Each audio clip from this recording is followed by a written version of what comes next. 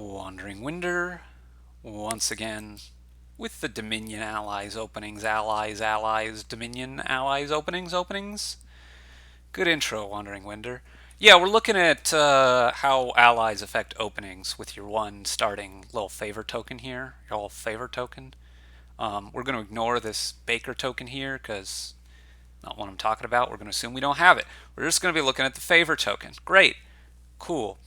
And today we're looking at Forest Dwellers, which is an ally, obviously, because that's what the series is about. Forest Dwellers is an ally which, at the start of your turn, allows you to spend one of your favorite tokens, like the one you start with, to look at the top 3 cards of your deck, of which you can discard any of them and put the others back in any order you choose. So, first things first, I don't think there's much reason to do this on turn 1 with a 4-3 or a 3-4, but I guess let's focus on 4-3 first. There could be situations, I suppose, when you'd want to do it on turn 1. If you're buying, like, I don't know, some thinner or something, you just want to see it as fast as actually possible. But for most cards, I actually think it doesn't make as much sense to do it now. Doesn't really make more sense to do it now as opposed to next turn anyway, right? If I do it now, I discard 3 cards because I'm whatever they are, they're coppers and estates. I'm just trying to find the card I'm going to buy this turn, right? So I discard 3 cards, and then I have 2 cards left, and then I draw, and I've bought a card.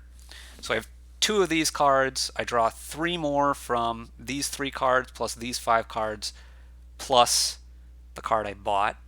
So I'm going to see 3 of them the next turn, and then 5 of them the turn after that, and then 1 of them is going to bottom deck, and I'm going to miss it. So that's, some chance of seeing it on turn 2, a good chance of seeing it on turn 3, and a small chance of not seeing it until turn 4. Fine. But if we look at the comparison case, if it's just a card I'm trying to see as fast as possible, I don't use this now. I buy my Chapel or whatever. Turn 2, at the start of my turn, I use the Forest Dwellers. I discard 1 card, and then I have my Chapel with 4 other cards guaranteed on turn 3. Same speed of a shuffle. I guarantee to see it on turn 3. Seeing it on turn 2 doesn't usually help me, as opposed to turn 3. And I'm just a little bit further down in. So I think in most cases you'd still want to use it turn 2.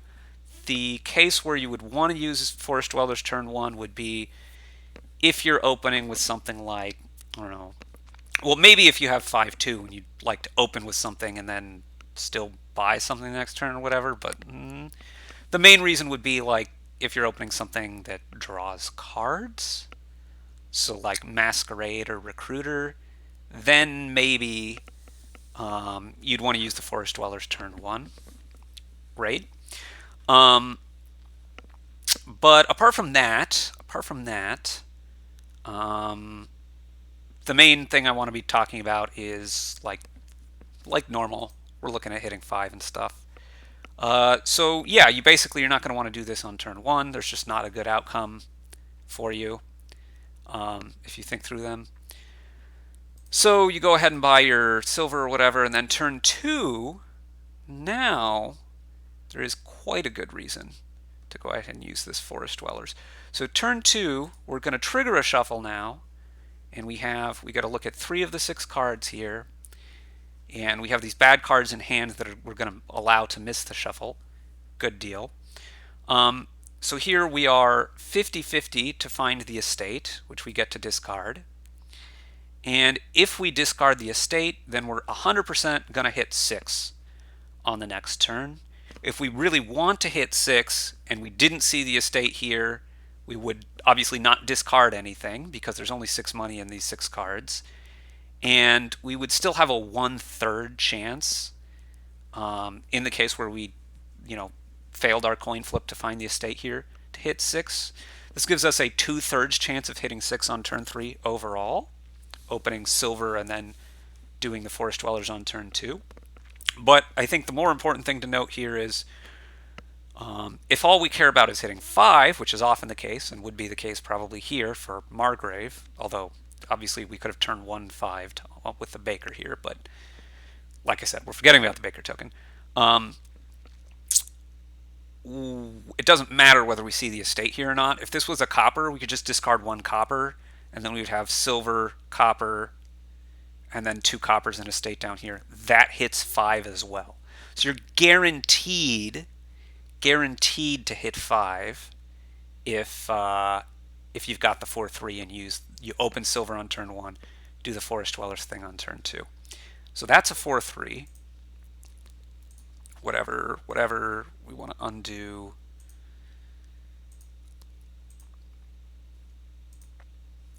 Actually, we want to keep undoing and not buy anything.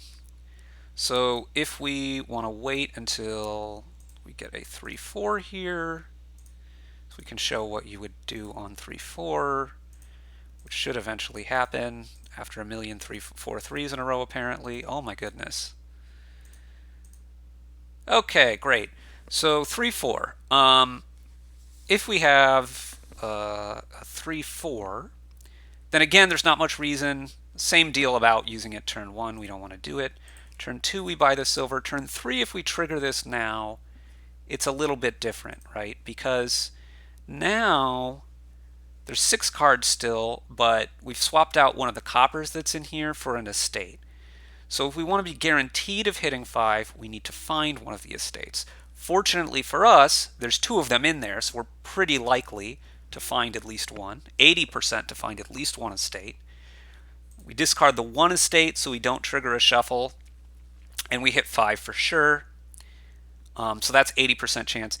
If we didn't find an estate here, then if we want to hit 5, we can't discard anything, which is slightly sad.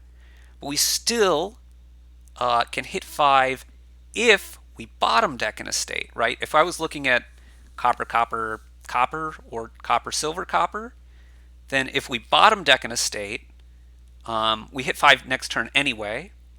And because we know we haven't seen an estate in that case, we know that there's 2 of them among these 3 cards. So that's still 2/3 to hit 5 on turn 3. So that brings us 2/3 of the 20% plus just the 80%. Gets us to 93.3% to hit 5 on turn 3 anyway. So either 4-3 or 3-4, using this Forest Dwellers on turn 2 looks like it's usually going to be a very, very good play. That's all I've got for now. Wandering Winder, signing off.